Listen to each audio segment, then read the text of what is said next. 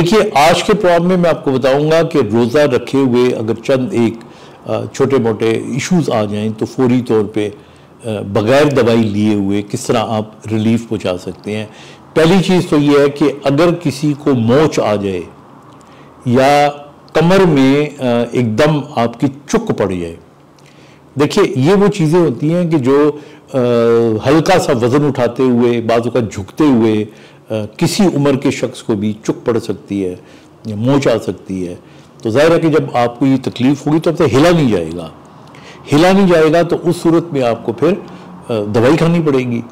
लेकिन दवाई खाएंगे तो आपका रोज़ा जो है वो टूटेगा।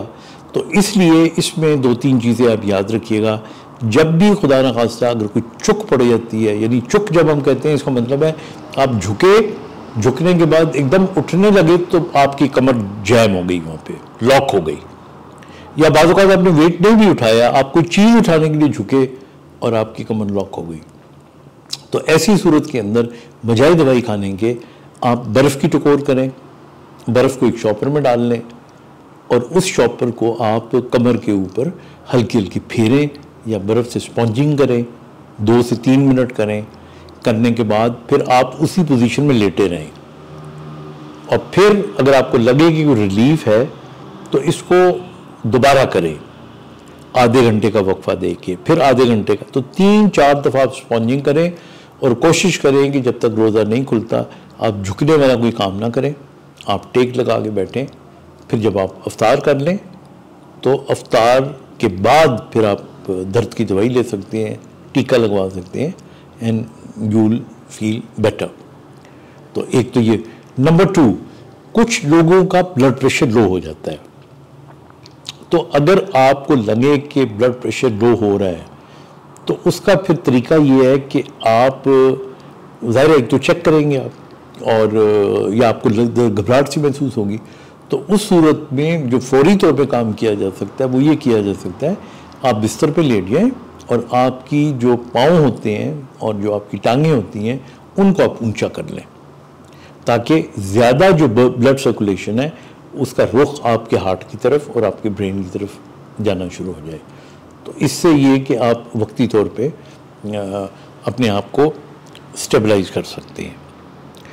फिर तीसरे नंबर पे मैंने देखा है कि बहुत से लोग ऐसे होते हैं कि जिनको जो पैनिक अटैक्स के मरीज़ होते हैं, एंग्जाइटी के पेशेंट्स होते हैं, उनके अंदर बाज़ औक़ात बैठे बैठे उनको लगता है कि मुझे कुछ होने लगा है, और जब उनको ये लगता है कि मुझे कुछ होने लगता है तो बस वो फिर तड़पते हैं और उनको लगता है हम हॉस्पिटल में जाएं, उनको हार्ट अटैक ना हो जाए, या ये पैनिक अटैक्स की निशानियां होती हैं। दिल की धड़कन बहुत तेज़ हो जाती है, सांस रुकना शुरू हो जाता है, मुंह खुश्क होना शुरू हो जाता है। एक ऑलरेडी अगर रोज़े से आप हैं और ये सारी चीज़ें उसके ऊपर आप पे आ जाती हैं तो आपकी कैफियत बड़ी ख़राब हो जाती है। तो उसके लिए फिर मैं हमेशा से ये कहता हूँ कि इसमें वेगल नर्व स्टिमुलेशन किया करें। और वेगल नर्व स्टिमुलेशन क्या है, आप दोनों उंगलियों को अपने कान में इस तरह करके 5 दफ़ा फेरे या 7 दफ़ा फेरे, फेरने के बाद फिर आप यहाँ से पकड़ के इसको खींचिए और काउंट करें 1 2 3 4 5 6 7, और उसके बाद फिर आप यूँ 1 दफ़ा 2 दफ़ा 3 दफ़ा 4 दफ़ा 5 दफ़ा मसा करें, जिस तरह आप वज़ू करते हुए मसा करते हैं। और शायद वज़ू में जो इसकी आप समझने की जो इसका एक साइंसी पॉइंट ऑफ व्यू है वो यही है, मसलहत यही है कि आप नमाज़ पढ़ने से पहले वज़ू करते हैं और वज़ू जब आप करते हैं तो आप पुरसुकून हो जाते हैं। तो इसलिए जिन लोगों को पैनिक अटैक्स होते हैं वो अगर ये करके देख लें तो उनको काफ़ी बेहतरी आ सकती है। अच्छा, इसी तरह कुछ लोगों को जिस तरह नज़ला ज़ुकाम हो तो बहुत ज़्यादा छींकें आना शुरू हो जाती हैं, और वो छींकें अगर उनकी बंद ना हो रही हों तो उसके लिए जो टोटका इस्तेमाल करते हैं वो ये होता है कि यहाँ पे इस जगह पे आप उंगली से कुछ देर के लिए दबा के रखें इस जगह पे, तो जो छींक आ रही होगी वो रुक जाएगी। और अगर थोड़ी देर तक आप इसको दबाए रखेंगे तो जो छींकों वाली आपको जो उस कैफियत आपको ख़राब कर रही होगी उससे आपको बेहतरी आ जाएगी। इसी तरह कुछ लोग होते हैं जिनको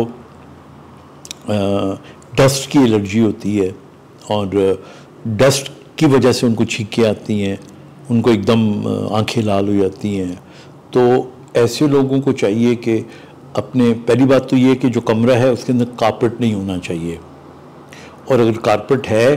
तो उसको झाड़ू से सफाई ना करवाएं, क्योंकि वहाँ से जो डस्ट निकलेगी या जो कारपेट की बुर होती है बात औक़ात, वो जब हवा में आती है तो वो फिर आपको एक एलर्जिक रिएक्शन करती है। इसी तरह पेट्स के करीब ना जाएं जिन लोगों को दमे की शिकायत होती है, क्योंकि बात औक़ात वो एक ज़रिया बनते हैं। तो ये तमाम चीज़ों का ख्याल रखें ताकि आपका रोज़ा अच्छा गुज़रे, आपका रमज़ान अच्छा गुज़रे। अपनी दुआ में याद रखिएगा। खुदा हाफिज़।